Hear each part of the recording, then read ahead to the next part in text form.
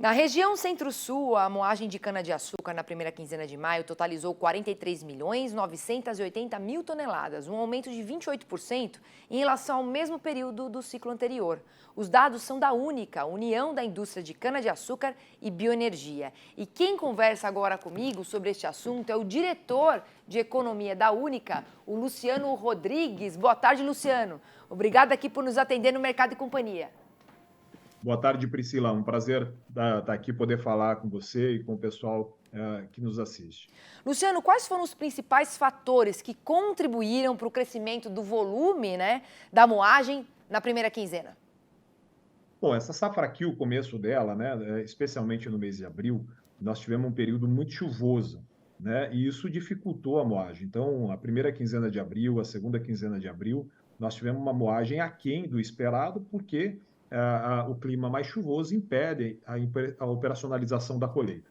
Agora, nessa primeira quinzena de maio, nós tínhamos 237 empresas usinas em operação aqui no Centro-Sul, contra 235 no ano passado, então praticamente o mesmo número, e nós tivemos uma condição, as empresas experimentaram uma condição climática mais adequada para a operacionalização da colheita e, como consequência, tivemos essa moagem superior ao ano passado, chegando aí, como você mencionou, a quase 44 milhões de toneladas de cana-de-açúcar.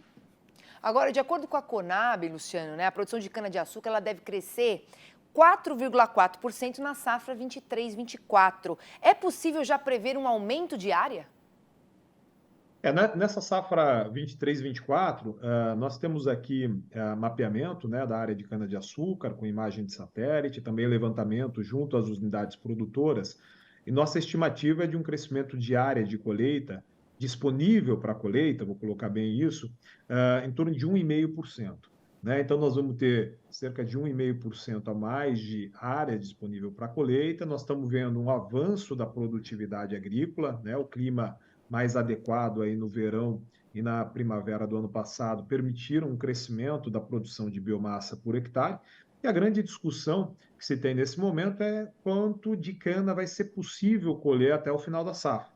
Dependendo da condição climática, a gente consegue colher mais, dependendo da condição climática que se tiver um clima um pouco mais chuvoso, talvez a gente tenha dificuldade para colher toda a cana disponível em algumas regiões. Então, eu diria que o tamanho, a área disponível maior tem, quantidade de cana maior do que o ano passado também. Certamente nós vamos processar mais cana esse ano do que o ano passado. Agora, a intensidade desse crescimento vai depender muito das condições climáticas nos próximos meses para ver até que ponto é possível um avanço mais rápido da colheita. Até ver também como ficam as condições de geadas ou não. A gente começou um inverno que não está tão gelado assim, mas a gente fica aí de olho no clima. Agora, me fala uma coisa, com esse incremento de safra, Luciano, como é que fica a rentabilidade do produtor? Bom, nós estamos numa safra que nós estamos com um preço de açúcar mais convidativo esse ano. Nós temos aí um déficit no mercado mundial de açúcar, como consequência ou como resultado, um preço de açúcar no mercado internacional mais convidativo. Então, no lado do açúcar, nós vamos ter uma receita provavelmente maior do que o ano passado, pelo menos é isso que indicam as telas de preço futuro do açúcar. No caso do etanol, acho que ainda tem muita coisa que pode acontecer. Nós estamos passando aí por um período de mudanças, discussões sobre precificação de gasolina no mercado doméstico, discussões sobre monofasia, mudança de ICMS na tributação da gasolina. Mais adiante, lá em julho, nós vamos ter discussão sobre restabelecimento dos tributos federais sobre gasolina e etanol, ou seja, tem aí uma série de elementos que podem ainda trazer impacto positivo ou negativo no mercado do etanol. Então, em termos de rentabilidade, para sintetizar, açúcar certamente, pelo menos ao que tudo indica, um preço maior do que o ano passado. Etanol ainda, a gente precisa acompanhar com cuidado o mercado, porque muita coisa pode acontecer até o fim da safra. Tem muita coisa acontecendo e já que você mencionou no etanol, a produção ela também deve crescer na comparação com o ciclo anterior. A gente traz aqui essa informação e pode chegar a 33,17 bilhões de litros. Como é que está a demanda para esse etanol, a demanda nacional de etanol e mais, como é que está o mix de produção para o setor alcooleiro?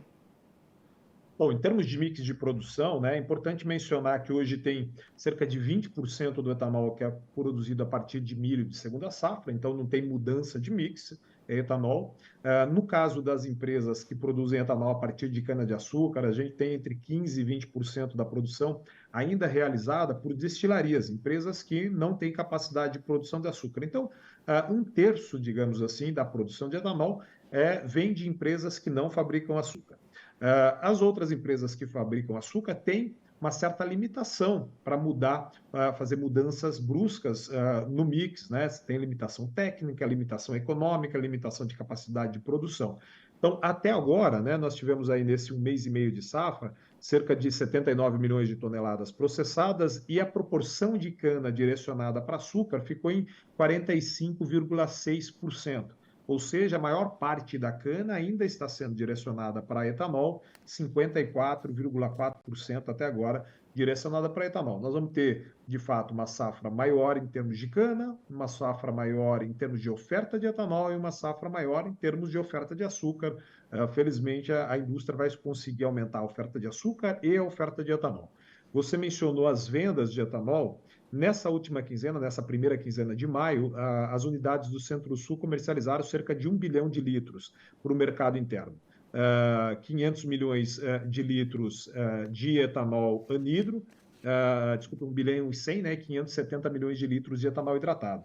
As vendas de hidratado ainda estão aquém do ano passado. No ano passado, no mesmo período, as empresas comercializaram 650 milhões. Então, 650 milhões na primeira quinzena conta 570 na primeira quinzena desse ano. Então, a gente ainda precisa observar um avanço nas vendas de etanol hidratado no mercado interno.